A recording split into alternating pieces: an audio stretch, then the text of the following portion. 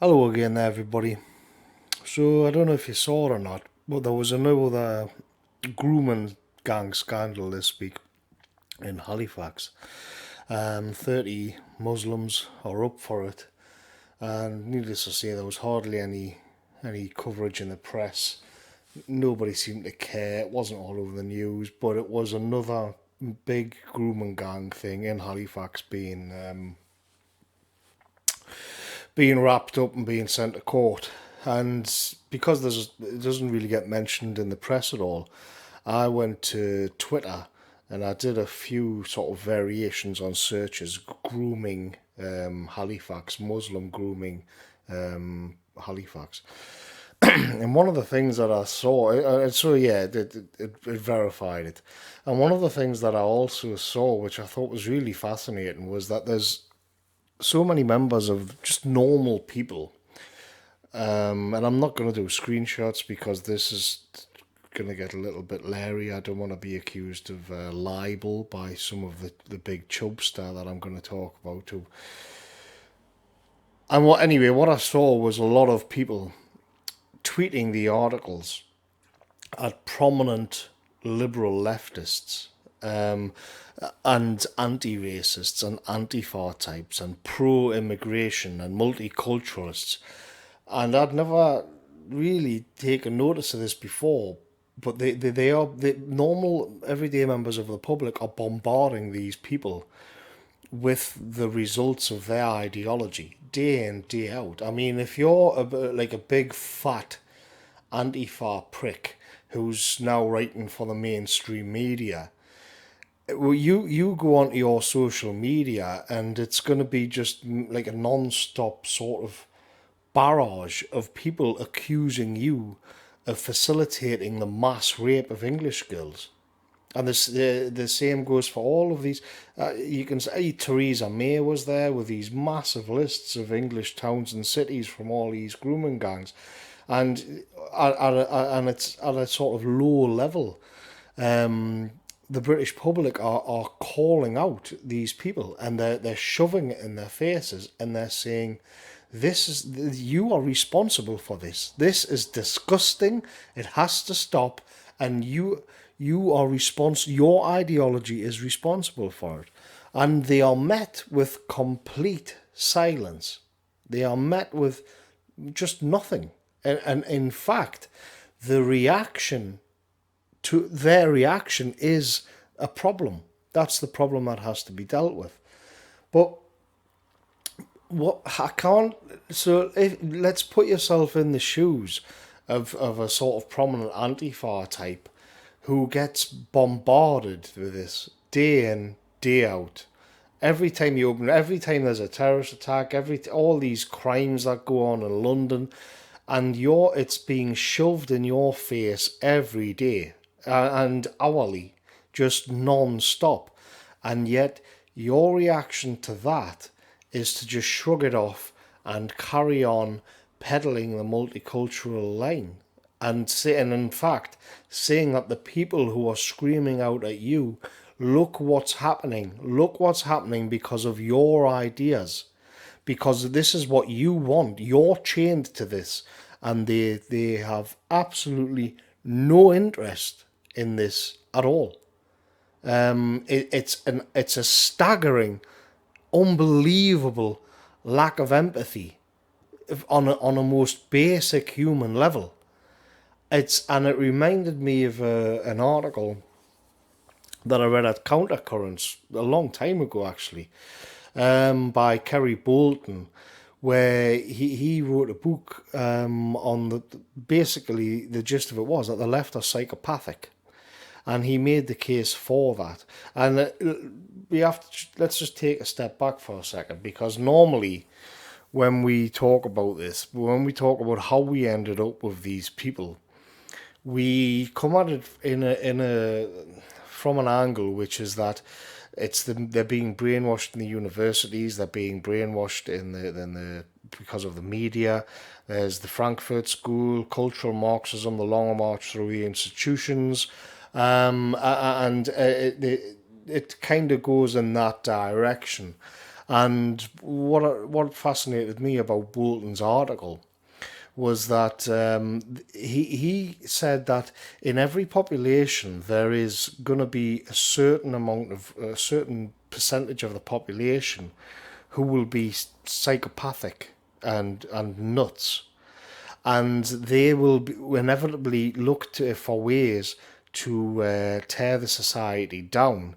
And he cites an old I'll link the article from Countercurrents below, and he cites some studies that were done a long time ago, actually, in Hungary by a Hungarian professor called Nordau, and he was actually doing tests on whether these people, these psychopaths, he called them, they're insane, and he called them degenerates, and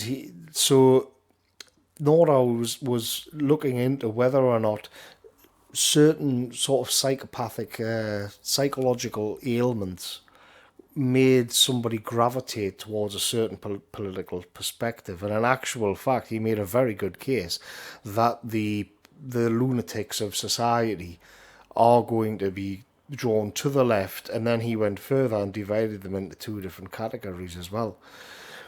And just from the Countercurrents article, it says, this theory postulates that civilizational values are an unendurable burden, this is Bolton, upon the mentally subnormal, including types that are both what might popularly be called the unbalanced genius and the common criminal. Hence, the revolt against civilization is rationalized as a political doctrine for the overthrow of social order and the unleashing of pent-up depravity. The revolutionary left is rationalized sociopathology. And that makes sense to me. And then further down, it's Nordau himself, and he says, he therefore, talking about these, as he calls them, degenerates, he therefore rebels against conditions and views of things which he necessarily feels to be painful, chiefly because they impose upon him the duty of self-control, of which he is incapable on account of his organic weakness of will. Thus he becomes an improver of the world and devises plans for making mankind happy, which, without exception, are conspicuous just as much by their fervent philanthropy and often pathetic sincerity as by their absurdity and monstrous ignorance of all real relations. So the problem here, if we're going to sort of investigate this, is the left are famous for their empathy. Are they not just too empathetic? Are they not these snowflakes who love the other and they love everybody? They love humanity. Well, that reminds me of an old article I did during the migrant crisis, and it focused on it starts with each day when I go to work.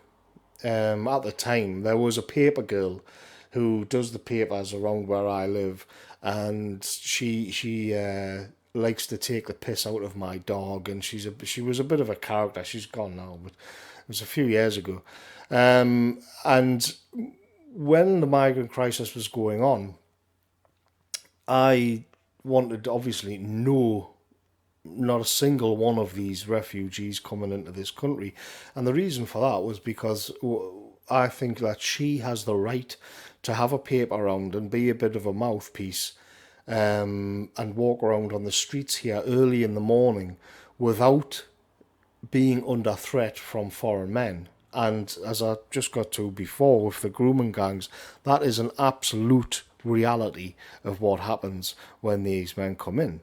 And I got debating with a lefty on this, and he wanted to sort of put my morals to the test, and he said, well, they're still going to come.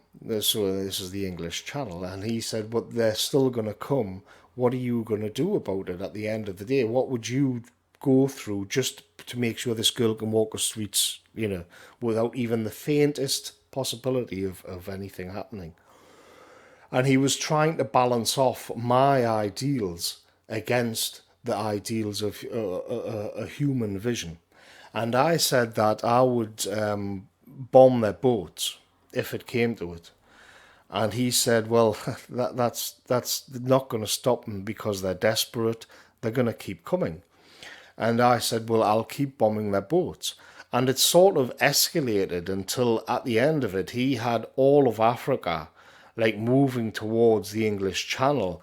And on my side of this, I had like helicopter gunships and torpedoes and jets and tanks and machine gun turrets all the way along the English Channel. And I wouldn't buck. I wouldn't buckle one bit.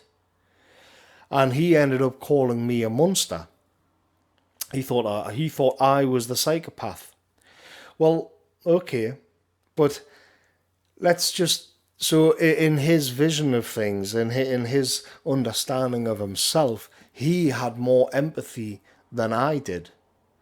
But the difference is the paper girl is actually a real person who wanders the streets here, and I want other paper girls to walk the streets at 7 o'clock in the morning in the dark in safety, without being groomed, without being pestered by foreign men in cars. I think they have the right to feel at home here, and I will not back down on that. And it's that to me is a real and tangible thing. It's the close at hand. It exists in my world in a real physical sense. But his empathy is purely abstract, because you can't he doesn't feel that way about humanity. That's just impossible. So what's there is actually nothing at all. It's just a void to make him feel good. And so, but what it's also meant is that he has no empathy whatsoever for the close at hand.